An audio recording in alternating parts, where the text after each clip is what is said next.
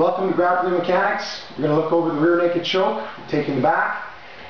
Any chance you get when you take some of the back, you should get your hooks in. It makes the choke come on much quicker, you have much more power. So what we're going to look at is as soon as I take the back and I have my hooks in, I usually grip up with an over-under for control. So I can stay on them, I don't get shaken off very easily. When I decide to go for the rear naked choke, I'm going to cut in deep.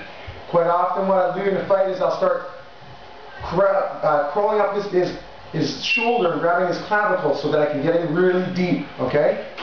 In order to get the choke, I have to grab my own bicep, bring it behind his head, I put my ear to my arm and push forward as I squeeze. Now, when it comes to the actual fight, if you stick your hand out like this, he's going to grab it and stop you from lacing it up. So you got to be a little more slick. So I'm going to crawl up and catch the back of his arm. My hand is going to come up to the back of his head, and I'm going to lace this hand through to my bicep. So up, lace through, my head to the back of my hand, push forward and squeeze, and get the submission.